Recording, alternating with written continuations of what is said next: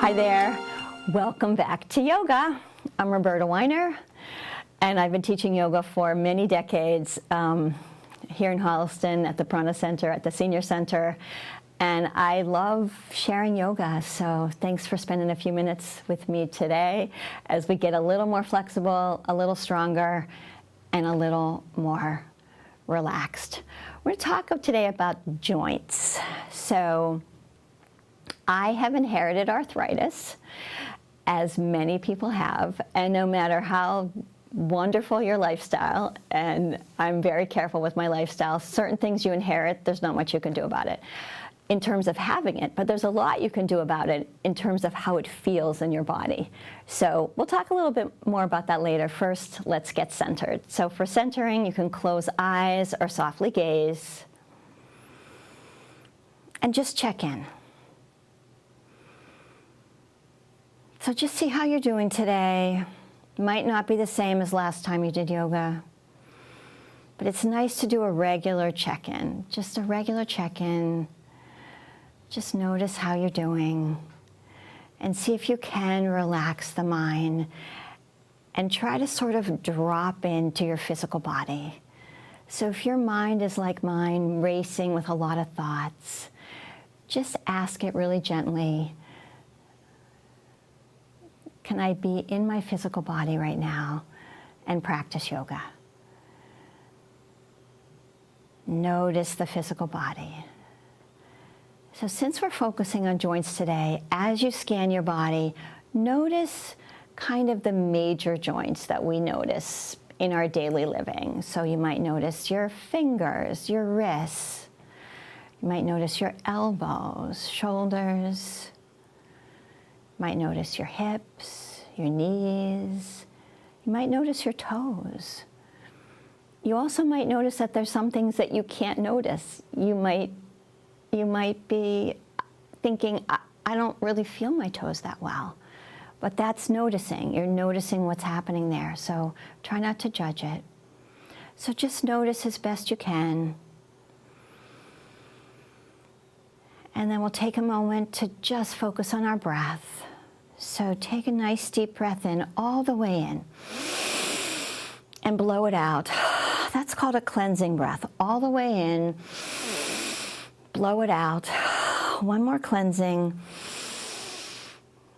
and let that go. So let's take our focus to the joints in our hands. So let's start with the hands.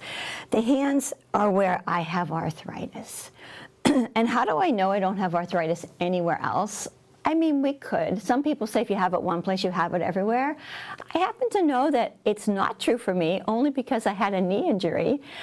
I had an MRI, and there was no arthritis. So I wasn't getting checked for arthritis, but that was like a byproduct that I just happened to learn that. So you might have it in different places.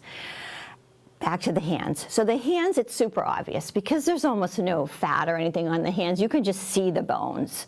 One time I had my hands x-rayed by a doctor, and afterwards I thought, what the heck? Because, you know, it like literally looks the same.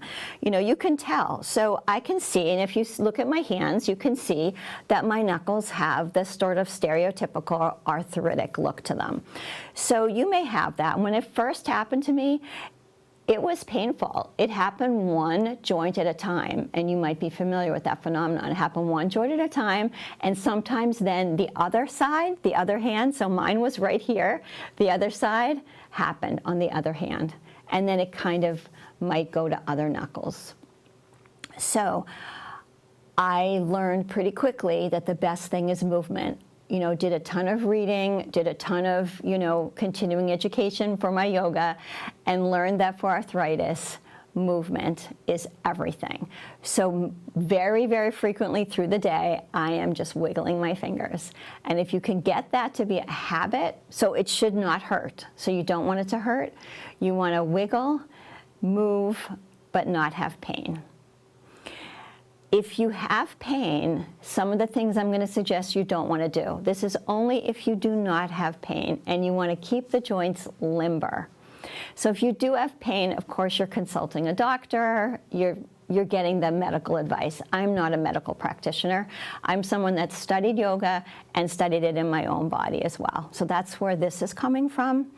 There's then more exercises you can do specifically for your hands. You can try bending the knuckles, and it looks like you're mad or something, and you're squeezing it up, and then you're straightening it. So you're trying to bring them through their range of motion. So this is not a full range of motion for someone without arthritis. So if I took a knuckle that doesn't really have arthritis, one of my fingers, I can press my finger to my palm. And anyone that doesn't have arthritis can probably do that. But if you have a finger that is pretty much, it's more involved with the arthritis, you may not be able to touch it all the way. All right? And so you never, ever want to force it. So you're just giving it a little encouragement for these little baby muscles to stretch, because there are little muscles. You're trying to get them to stretch. And don't forget the thumb. So you're giving it just a little gentle press. Don't ever force, okay? We want to get it stretched out. Never, ever force. So you're doing each and every finger if you can, not if you're in acute pain, never if you're in acute pain. And release it. So now that I've bent them all in, I want to bend them out. So I want to stretch them out. So one of the hands, the fingers are going back. The other hand is just encouraging, never forcing. Okay? I say that a million times because sometimes, like, it's sort of, I don't know, the American way, like, more pain, more gain. That's not the case. We don't ever, ever want pain in yoga. So when I'm doing this, you'll see that my thumb's not involved, so you want to do the thumb as well. And then try doing it on the other side. And again, you're never forcing, you're encouraging. So yoga is really good for maintaining and improving range of motion, but not if you force it. Because anytime you force anything, you could end up with an injury, and we do not want that. So now that I've done my stretching forward and back, I'm going to rub my hands together, give myself a little heat, and then do a little tapping. So like a little light clap, like you're, I don't know, like you're in an audience, but for some reason you don't want to go crazy with your clapping. Maybe it's right in the middle of something, and you're like, I'm not sure if I'm supposed to clap, but I really want to clap because that was amazing. So you do a little tapping, and that can increase circulation, so that's a nice thing to do. Let's extend the tapping to wrists. So give the wrists a little tap. So wrists, of course, major joint group, giving it a little tap. And then now, can we press down and stretch the wrists? We never, ever want to force. So we're going one way, and we're going the other way. And we'll try this side. We're going one way. This is a little awkward, right? And then we're going the other way. And we see what is the range of motion. And some joints naturally have more than others. We'll circle. And different joints can go in many more different directions, right? So wrists can go this way. They can also circle. Let's circle the other direction. It's a little harder to, you could circle here like this joint, but it's a little harder, you know. And then we notice the elbows. So we bend and straighten the elbows. So if you've done any of my other yoga videos, you know I do these all the time. We're just doing them in more detail today. So you'll notice the elbow basically goes like this. I mean, yeah, you could do a little bit of this, right? But it's mainly going this way. And then we're noticing our shoulders. So let's take them up and down in slow motion. Up and down. And let's see if we can do rotation. So if we take our fingers to the shoulder, try drawing a circle with the elbow. So if you draw a circle, a little tiny circle, and your shoulder says, yeah, that feels good, then you could take it a little bigger. But if your shoulder's like, yeah, I don't know, then just keep it small. Maybe take it a little bit bigger. And so the more you practice, as long as you're practicing slowly and carefully, the better chance you have of increasing your range of motion, which is what we want. And then we go the other direction.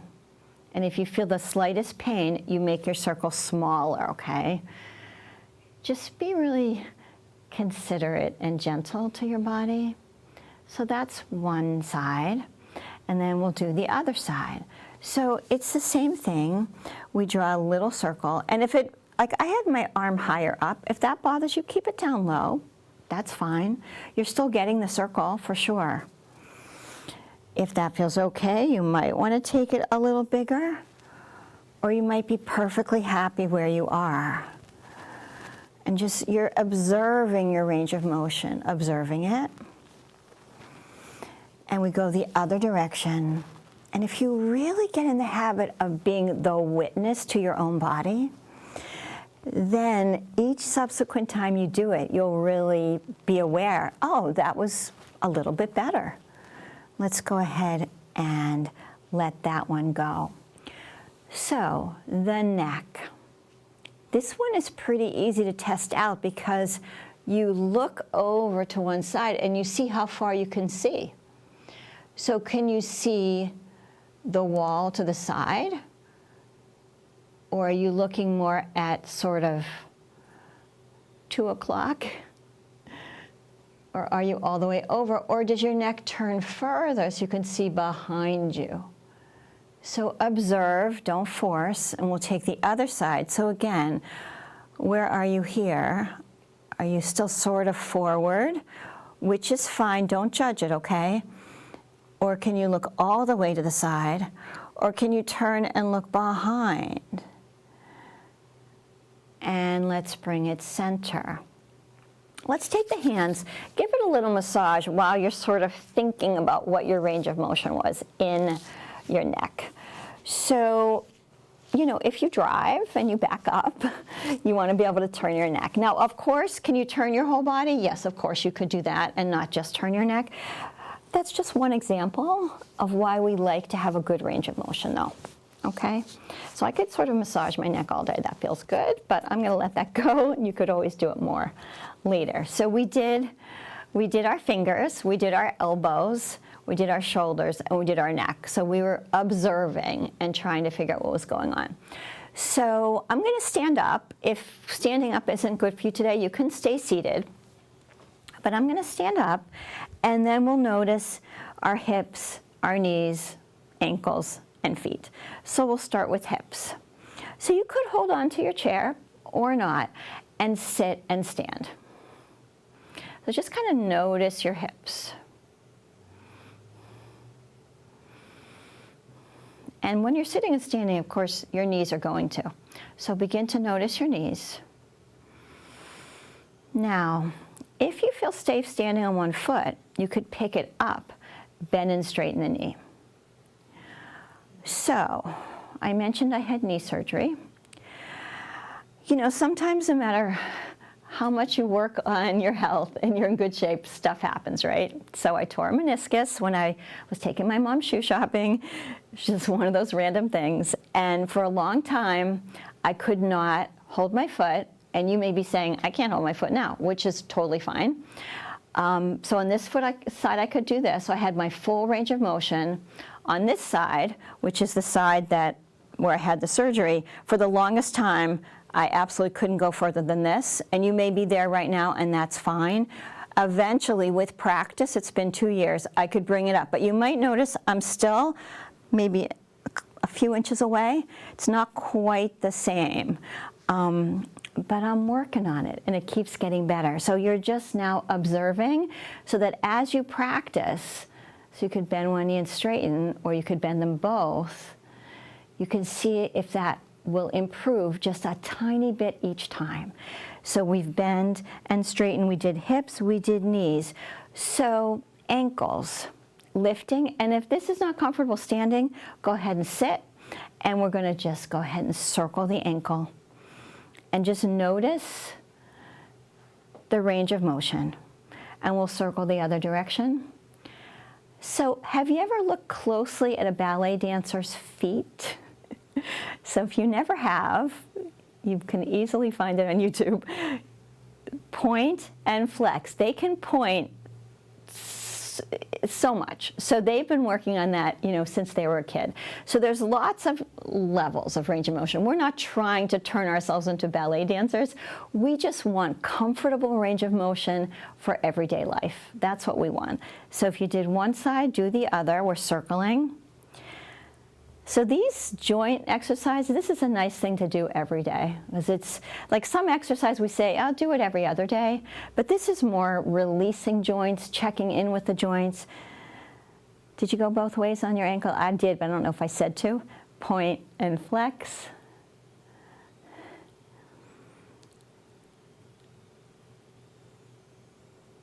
And that's it. We haven't done every joint in the body, of course. We haven't talked about the back. Back's a little trickier. We've done the major groups. I'm going to sit back down and talk a little bit about the back.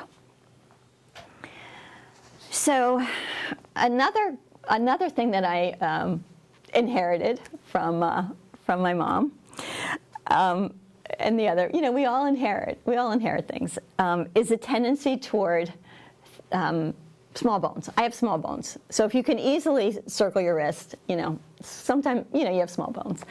So we want to be really, really careful in terms of osteopenia, osteoporosis. And a lot of us have it. It's just, we do the best we can. We want to keep the back long and extended, but we also want to keep it supple. Subtle and supple.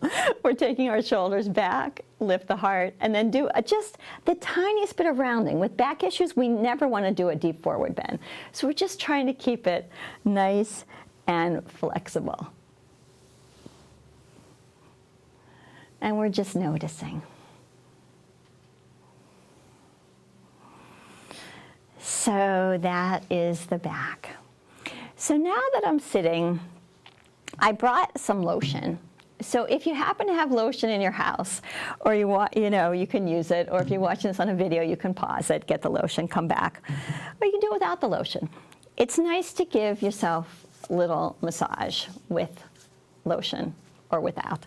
So if you have a little lotion, take a little bit, rub it between your hands. Of course, it's nice to do for a friend as well, if you're quarantining with someone. And we rub it in. Do the same thing without lotion. One hand to the other, and we're going on the hand. Now, if you have arthritis, for me this feels great, but there's been times, I haven't been in acute pain, knock on wood, a million times, in years actually. But if you are, you gotta be really, really careful, okay? So you do each finger, and we're not trying to crack the knuckles. We're definitely not trying. A little something might happen, but we're not trying. Do each finger.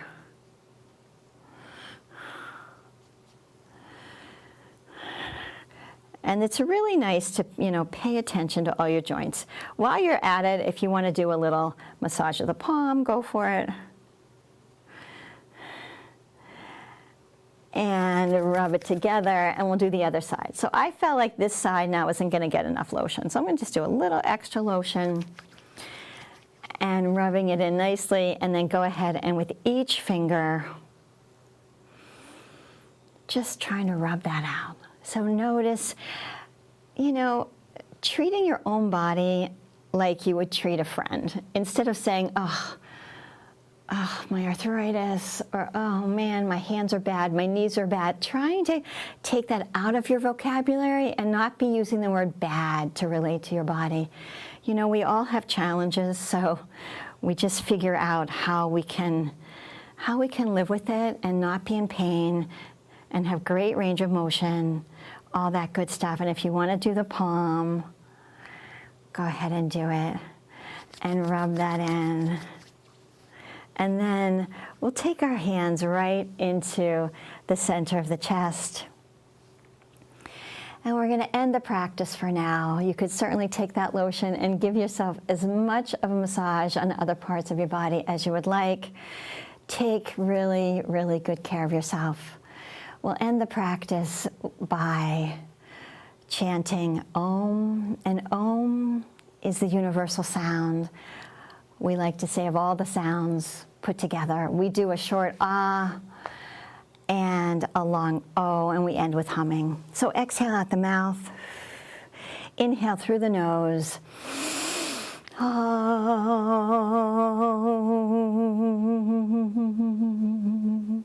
Om, peace, peace, peace. May you have peace in your heart. May you have peace in your home. And may we have peace in our world. Bowing your head, honoring your own beautiful light. And we say, Namaste.